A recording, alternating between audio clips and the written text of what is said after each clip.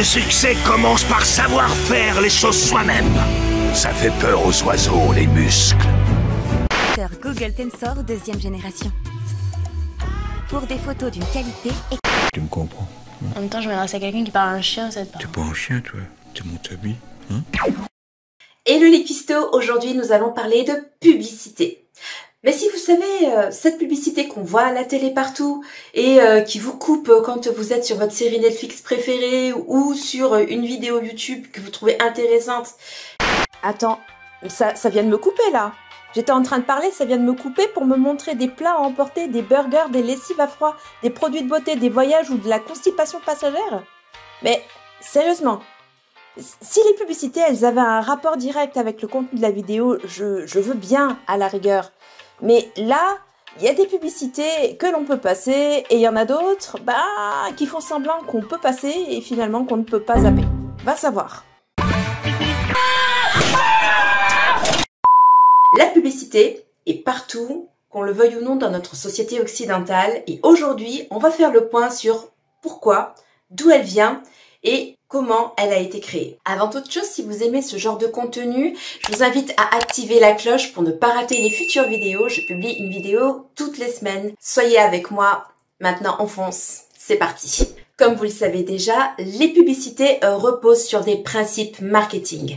Le mot lui-même, marketing, vient de l'anglais market, qui désigne le lieu, fictif ou géographique, où s'inscrivent l'offre et la demande. Selon l'Académie des sciences commerciales, le marketing, c'est la façon de concevoir et d'exercer l'ensemble des activités ayant pour objet la création et l'adaptation des produits et des services, la stratégie commerciale, la mise en œuvre des moyens nécessaires à l'application de cette stratégie en fonction des besoins reconnus ou pressentis du consommateur et des structures du marché.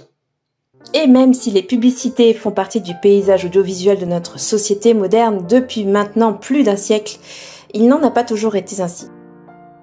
On retrouve des traces d'un système marketing dans l'Antiquité. Par exemple, on sait que les marchands romains utilisaient des pancartes pour attirer les clients dans leurs boutiques. On sait aussi que, à partir du Moyen-Âge, il y avait des marchands itinérants et des crieurs sur les places publiques qui devaient attirer l'attention des passants pour qu'ils puissent aller dans les boutiques. Mais le marketing moderne, lui, n'est qu'une invention de la fin du 19e siècle à partir de 1880, à l'ère de la machine et du rêve américain. Pourtant, en France, on a aussi notre heure de gloire à cette époque, car les premières affiches commerciales apparaissent sur les murs de Paris, grâce notamment au Français Émile de Girardin, qui commence à publier les premières publicités dans le journal La Presse. Ces publicités, dans un premier temps, servent à rentabiliser le journal, mais très vite, elles font gagner en popularité le journal et servent à acquérir de nouveaux lecteurs. Mais aujourd'hui, je vais vous parler d'un homme sans lequel la pub d'aujourd'hui et les argumentaires de vente tels que nous les connaissons ne seraient pas là.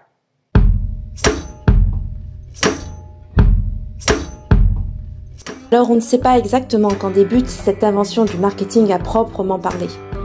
Mais certains historiens montrent maintenant depuis près de 30 ans que l'origine du marketing daterait de la fin du 19e siècle, à l'époque de la révolution industrielle anglaise. D'autres pensent que le marketing moderne commence durant la première moitié du XXe siècle et qu'il se développe à partir des années 50. Bref, vous m'avez compris, l'histoire du marketing, elle est encore aujourd'hui très controversée, mais elle s'étalerait tout de même en 3 phases. La première phase est appelée l'ère de la production ou de la fragmentation. C'est une phase qui fait encore débat auprès des historiens même aujourd'hui car personne n'est sûr de la véracité de son existence, ou du moins de ses véritables dates. On suppose qu'elle commencerait à partir de 1870-1880 et qu'elle se terminerait aux alentours de 1930. On sait également qu'à l'époque, les États-Unis sont coupés en deux, ce qui limite fortement les échanges. À l'est, nous avons tous les États unifiés et à l'ouest, nous avons les territoires autochtones. Par rapport à cette limitation géographique, on sait aussi que l'autoproduction est fondamentale pour la consommation des ménages. On sait également que par rapport à ce système, les volumes sont très faibles, mais les marges sont importantes. Il n'y a pas de développement de marque à cette époque et les produits achetés sont pour la plupart des produits génériques. La deuxième phase se nomme la phase d'unification. Donc, comme son nom l'indique, elle unifie le pays. Attention, pincette d'usage, certains historiens ne sont toujours pas d'accord sur les dates. Certains prétendent qu'elle commencerait aux alentours de 1880 et se terminerait aux alentours de 1920. Donc en gros, elle chevaucherait la première phase. Donc quand on parle d'unification, on fait référence en fait aux États-Unis que l'on connaît aujourd'hui.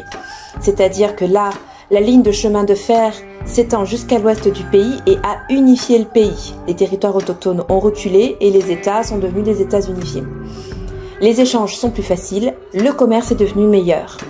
La production s'étend sur de plus grands espaces et on parle maintenant d'une production de masse lorsque l'on parlait d'autoproduction dans la première phase. La troisième phase s'appelle la phase de segmentation et c'est une phase un peu douloureuse parce qu'elle intervient à partir de 1920. La société à ce moment-là fait un boom socio-culturel parce qu'elle a subi la Grande Guerre et ensuite la crise de 29. Donc là, les méthodes commerciales deviennent plus agressives et suite à la crise de 29, il faut relancer absolument l'économie. On parle alors de l'ère de la vente jusqu'en 1950. Après l'ère de la vente, vient l'ère du marketing moderne tel qu'on le connaît aujourd'hui et qui apparaît à partir de 1950. Les méthodes évoluent pour prendre en compte les attentes et les goûts de la clientèle après la Deuxième Guerre mondiale. Il ne s'agit pas seulement de relancer l'économie, il faut aussi redevenir la puissance mondiale que l'on était avant la guerre. Et c'est pour cela que les États-Unis cherchent à relancer la production de masse. Les marchés commencent alors à se diviser et à se spécialiser.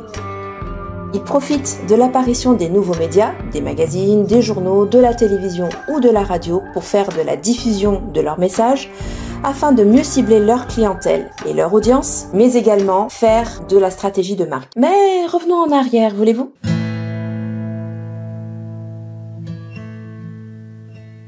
Nous sommes en 1837, dans la première phase, en pleine ère industrielle. Les États-Unis sont dans cette phase coupés en deux, avec à l'est 26 États unifiés et à l'ouest des territoires autochtones et des terres revendiquées par le Royaume-Uni. Il faut comprendre qu'à cette époque, la religion est encore maîtresse. Elle est contre le développement du marché et les traditions s'opposent à la consommation. Dans ce cadre, le pouvoir d'achat est très faible. Mais dans une étable, dans une ferme de la campagne new-yorkaise, c'est pas Jésus non plus, naît un garçon qui va tout changer. Il s'appelle John Emery Powers. Alors John, faut s'imaginer que c'est quelqu'un de déterminé et de franc par nature qui va pas par quatre chemins et qui a un caractère bien trempé. Il fait des études courtes, mais il arrive à maîtriser parfaitement l'anglais. Il est embauché comme vendeur d'assurance et pour gagner sa croûte, il parcourt la côte Est à la recherche de contrats. Et les clients, ils sont toujours satisfaits de son travail parce qu'il ne cherche pas à survendre un produit. Et comme c'est quelqu'un d'honnête, il inspire tout de suite la confiance et ça lui donne une très bonne réputation. Mais à la longue, le boulot de vendeur d'assurance, ça tourne en rond et ça le stimule pas assez et en fait, il finit par s'ennuyer. Si bien qu'en 1867, à 30 ans, il intègre la société Wilcox & Gibbs qui produit des machines à coudre de haute qualité. Et là, c'est le banger. C'est le métier qui va changer littéralement sa vie. Il se révèle être un excellent marketeur. Il écrit des publicités pour la société avec des annonces simples et directes. Ses titres sont courts, ses textes sont percutants, il n'y a pas d'illustration, mais il arrive quand même à mettre en scène son produit avec des histoires inspirantes. Du storytelling, quoi. Et des petits jeux de mots aussi. Et il fait également, fait inédit pour l'époque, tester des produits gratuitement aux nouveaux consommateurs avant qu'ils puissent l'acheter. Et c'est le jackpot parce que les clients adorent. Il sait utiliser des techniques marketing qui n'existaient pas à l'époque. Pour développer la société, il est rapidement envoyé en Angleterre pour développer l'international. Mais le gars, il est tellement bon que, en gros, la société Wilcox & Gibbs a du mal à suivre les commandes. Alors forcément, John, il est déçu, hein. Il a du succès, mais l'entreprise, elle était incapable de s'aligner dessus. Et c'est à ce moment-là qu'il décide de faire de sa compétence de rédacteur un vrai métier. C'est le premier copywriter de l'histoire et du monde. En 1872, John, il écrit des pubs pour un grand magasin qui s'appelle Lord & Taylor, qui est basé à New York. Son style est simple et ses techniques fonctionnent tellement qu'elles augmentent les ventes de ce magasin. Et un jour de 1878, John Wanamakers, le propriétaire du magasin Wanamakers à Philadelphie, il tombe par hasard comme ça sur les publicités de John et là, le gars, il est tellement subjugué qu'il demande à John de le rejoindre chez Wanamakers. et il accepte en 1880. Pour Wanamaker's, il produit alors 6 pubs par semaine pendant 9 mois. Et il va considérablement doubler le chiffre d'affaires en 2 ans, passant de 4 millions à 8 millions de dollars. Alors le souci c'est que bien que Wanamaker il est très content de son travail, le tempérament franc de John il passe pas trop en fait auprès des employés de la firme, et en fait comme il n'y a aucun compromis avec lui ni sur son travail, ni sa façon d'être, ni sur sa façon de faire, John coupe définitivement les ponts avec Wanamaker's en 1888 en devenant officiellement le premier copywriter freelance de l'histoire. John Emery Powers a un style à lui, et c'est un style que l'on voit encore dans les argumentaires de vente aujourd'hui. Un langage simple, des titres courts, aucune illustration ou vraiment très peu, avec du texte qui s'en tient à la réalité des faits quantifiables et mesurables sur la qualité du produit. Et ça, c'est quelque chose qui va beaucoup plaire à tous ses successeurs, Ogilvy, John Capos, Eugene Schwartz, etc. pour ne citer que. Son style unique est nommé le style Powers. Il est aussi appelé dans un livre qu'il a réécrit The Reason Why. C'est une compilation d'arguments qui appuient une promesse et qui démontre qu'une promesse est quantifiable et mesurable sur des faits. Donc en gros, c'est presque de la science. À la fin des années 1890, il gagne des fortunes en tant que copywriter. Il gagne environ $100 la journée, à peu près l'équivalent de $2000 par jour. John devient ainsi un copywriter de légende. Il s'éteint en 1919 et il laisse un héritage immense qui vaut de l'or à n'importe quel rédacteur qui voudrait devenir copywriter. La capacité de pouvoir influencer des milliers de personnes.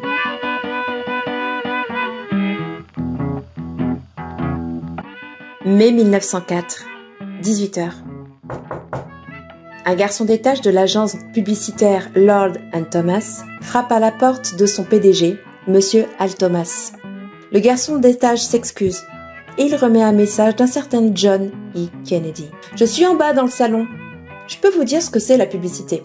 Je sais que vous ne savez pas. Ça signifiera beaucoup pour moi que vous sachiez. Et ça signifiera aussi beaucoup pour vous. Si vous souhaitez savoir ce qu'est la publicité, envoyez le mot oui au porteur. Signé John E. Kennedy. » Si au premier abord, Al Thomas n'en a absolument rien à faire de ce nouveau venu sorti de nulle part, c'est la curiosité de son associé junior, Albert Lasker, qui va permettre à cet étranger de pouvoir franchir la porte du bureau principal.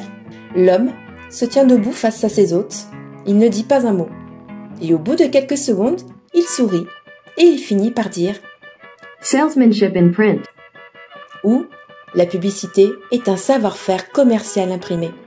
Il explique que la publicité imprimée devait dire ce qu'un excellent vendeur pouvait communiquer en face d'un client. La publicité démultiplie donc la vente en autant de vendeurs qu'il y a de publicité diffusée. Et là, c'est la révélation pour Albert Lasker, car à cette époque, s'il existe bien des emballages peints et dessinés pour certains produits, la publicité, elle est très rare dans les journaux.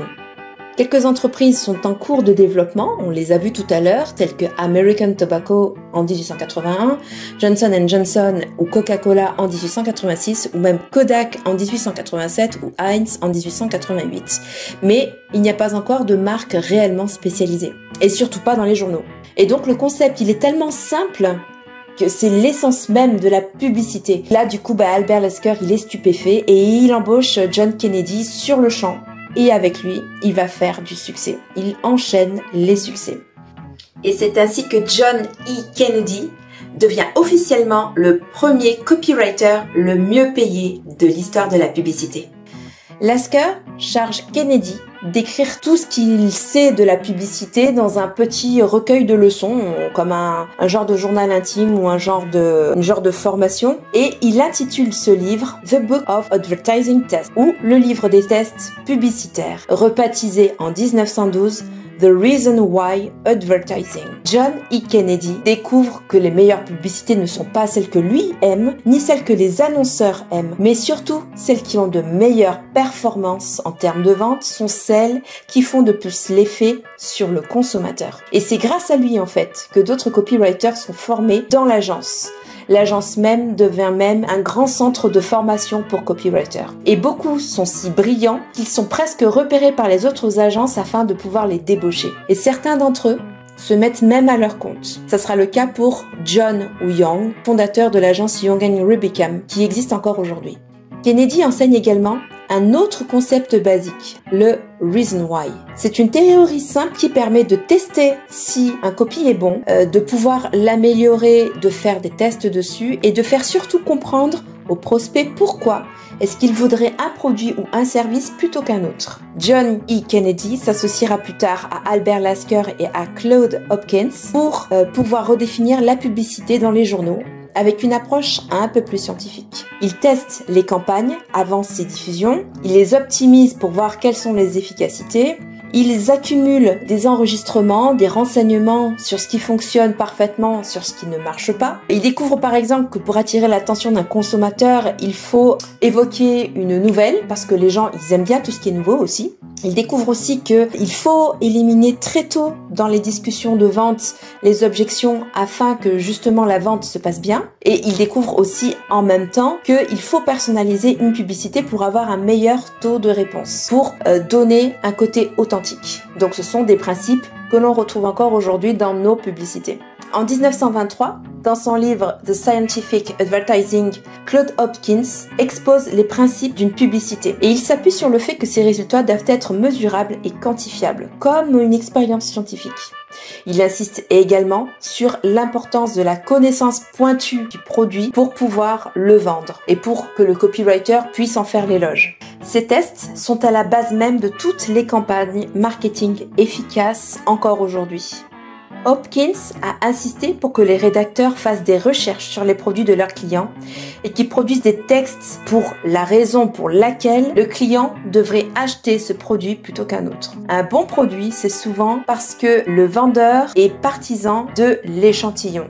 C'est-à-dire, en gros, il faut tester ce produit-là de façon gratuite pour le public afin qu'il se rende compte lui-même des effets bénéfiques de ce produit pour qu'il veuille ensuite l'acheter. Donc, vous allez à Carrefour, vous avez la même chose dans les rayons charcuterie ou dans les rayons fromage. Quelquefois, on propose des échantillons gratuits pour pouvoir tester le produit avant que le consommateur se décide à l'acheter. Le 8 janvier 1928, John E. Kennedy meurt après avoir changé le monde de la publicité pour toujours. En 1932, après avoir remplacé Albert Lasker comme président de Lord & Thomas, c'est au tour de Claude Hopkins de décéder. Il laisse derrière lui son ouvrage scientifique de la publicité, ainsi que son autobiographie My Life in Advertising.